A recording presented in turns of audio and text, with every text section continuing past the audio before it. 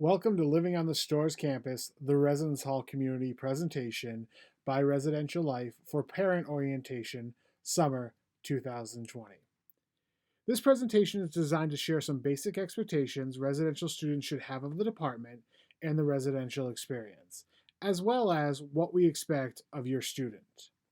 While this is a pre-recorded presentation, we do have an email address that at the end of this presentation you will see that you can send any of your questions to at any time.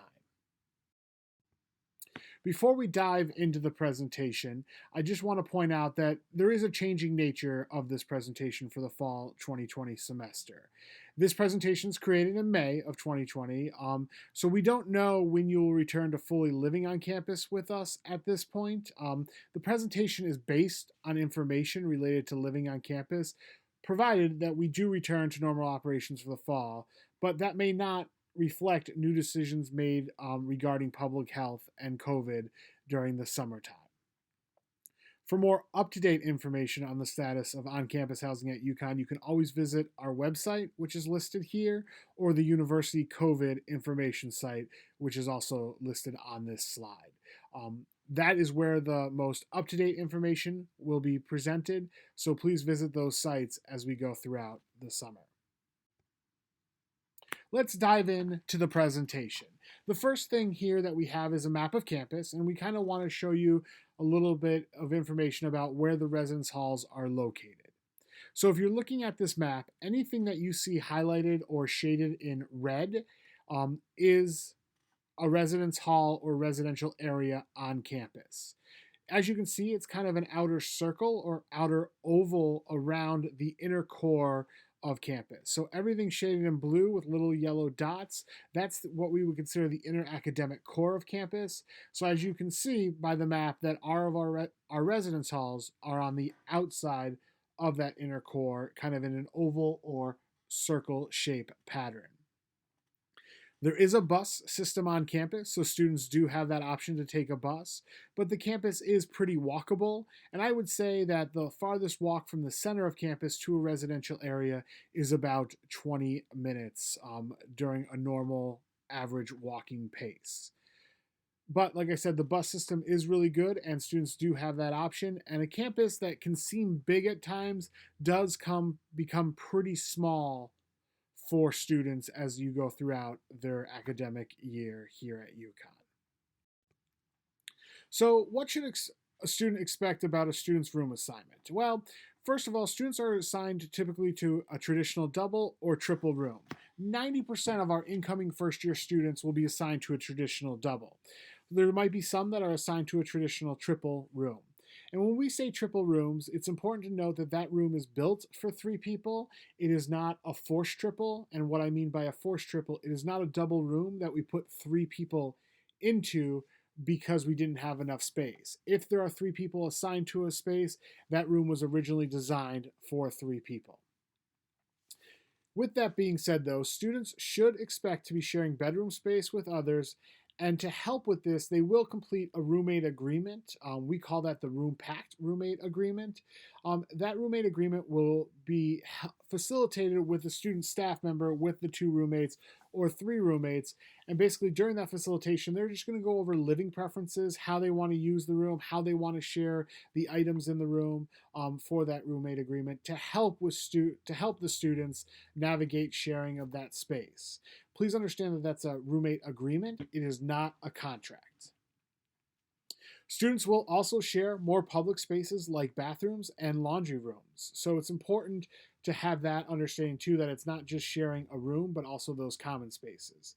And because of this, students should expect to occasionally experience conflict or discomfort as they learn how to navigate sharing space and appropriately communicate with roommates, floor mates, building mates, as well, and how they need to articulate their needs and expectations.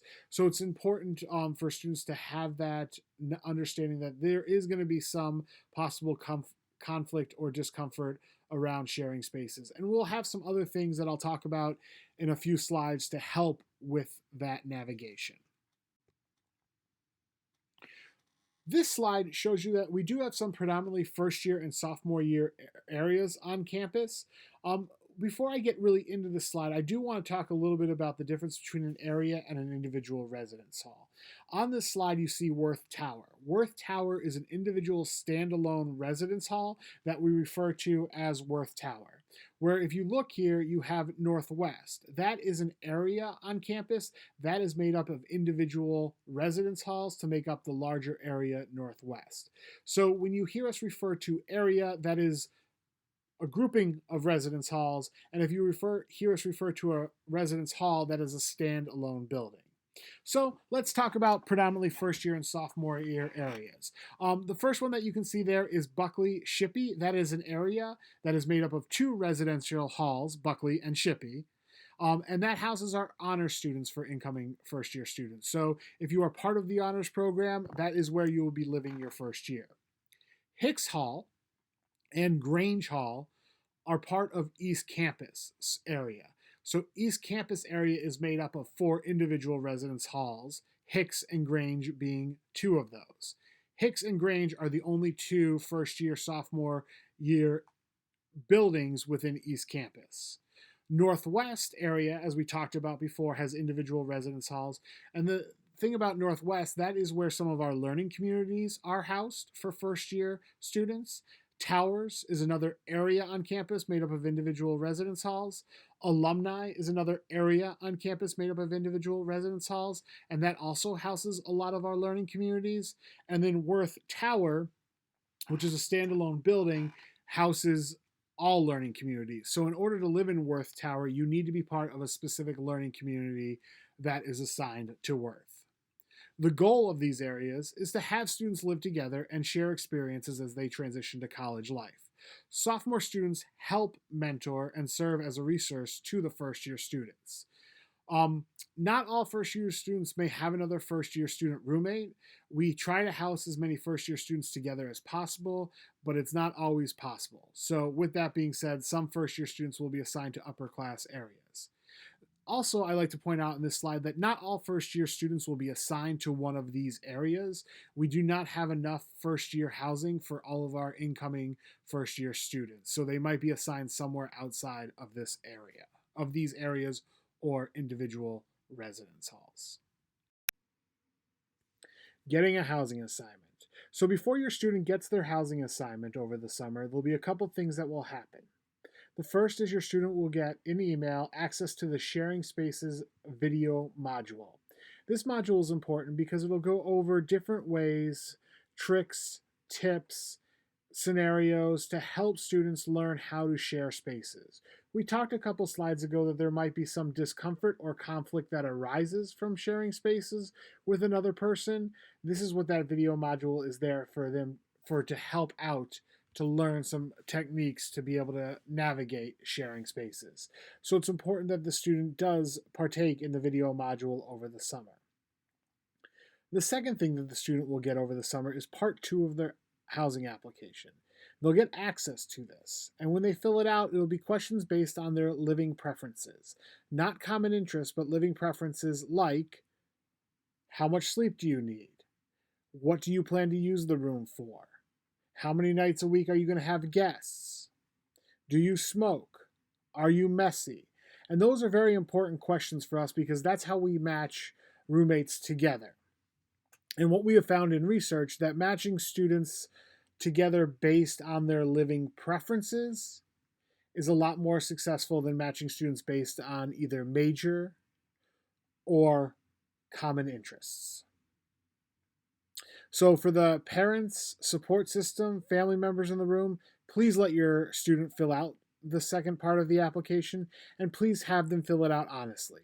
If they're messy, that's great. That's fantastic. Let them be messy. We're just going to make sure that we assign them to the right person that matches that. So the other thing, though, is that a student can request a roommate between June 1st and June 19th or July 19th in their My Housing. If they know someone that's already coming here, that's coming in as a first year student, they can request that person. And as long as it's mutually matched, we pretty much guarantee that roommate request. The only caveat to that would be is if it involves learning communities. In order to mutually match there, both people have to be part of the same learning community. One of the things I will recommend, though, to tell your students is that if they have somebody they know that they want to live with coming in, live with them for a little bit. Share space with them in an intimate setting. Because the last thing we want to see happen is friends coming in together to live together, that roommate relationship doesn't go well, and that then hurts the friendship. After all of that is done, you will get, or your student will get their housing assignment and roommate information on August 1st. It'll be available in their My Housing, which we will email that announcement out. And speaking of UConn email, it's important that students are checking this at least once a week, as this is how we communicate important information, deadlines, including giving them instructions about next steps. That is our official form of communication at the university and in residential life, so they need to be checking on that. Also, many tasks also require students to log into their My Housing portal, so make sure that the students know how to do that and you can help them with that. Living in our community. As a result of living on campus, our residents will grow personally, interpersonally, and intellectually. One of our goals, as you can see here, is that we want students to make sure they are growing outside of the classroom as well. And with that, we have what we call the RLM, which is our residential learning model. And it really has 3 pillars to it. That's personal success, interpersonal competence, and intellectual engagement. Everything we do, from all of our activities to the community building, is factored in, or one of these 3 pillars is factored into that. So we want all of our students to know that they matter. We strive to develop that sense of belonging amongst our residence halls, in the community, beyond the halls, and here at UConn through events in the halls and on campus, whether they be personal, roommate conversations, and community activities, which is all centered around our residential learning model, otherwise known as the RLM. So, additional ways to participate on campus. Actively participate in community activities. There's a lot of things that are going on across UConn outside of the residence hall, so it's important to be involved in some of those as well. Hall associations. Be involved in your hall association within the residence hall. This is a group of students that come together and make decisions that benefit the hall, or put on events for the entire hall or area. If you want to work for residential life, there's opportunities to work as office assistants or game room workers. So there are plenty of ways to participate. And I would always recommend, if you're in your room and not studying and you have some free time, keep your door open. If you're not in your room, make sure your door is shut and locked. But if you're in there, keep it open so you can meet some other people in the residential hall. Residential life staff that work in the halls. Resident assistance is a student, a peer, basically, that has been hired and trained by our office to be there for a resource and support person for individual students living on the campus. We have over 300 RAs, resident assistants, on campus here to serve as that support person. The other people that you will see a lot in the residential areas or residential halls are residential hall directors, or otherwise known as HDs. These are full-time professional staff members that have their master's degree that is based around working with college students. They are there as well as a resource and to help out in a variety of different ways and be that support person for students. Move-in days. So more information about specific day for move-in will be announced soon. Typically, first-year students arrive first with move-in for upper class the following day. Usually, we will give you a specific arrival time to assist with traffic and ease your move-in experience. Based on the fall 2020 return schedule, detailed information about how students physically check into halls will be available on our website and emailed to students' UConn email address when it is available. Please understand that with changing times this summer, as we talked about earlier in the presentation, that some of this is still flexible and still being planned. So as soon as we have that information, we will make sure to get that out to students. This leads us to our last slide, and if we were in person, we would take questions now. But unfortunately, we cannot, so this is why we have our contact information up here. First is our website, which you can see here. It's a great resource. It has a lot of great information on it. Please look at it. It has a great FAQ section. And then the other thing is the Living on Campus email that I mentioned before, which is listed below. So please take that down. That email is answered by professional staff Monday through Friday, 8:30 a.m. to 4:30 p.m. And anything that comes in either before or after those hours or on the weekends, we try our best to get back to you the next business day. Another way to stay informed about living on campus is checking out our social media presence on Facebook or Twitter. Both have great information as well as some other student perspectives of what it's like to live on campus. We thank you again for joining us today. We hope you have a wonderful summer and you stay safe and healthy.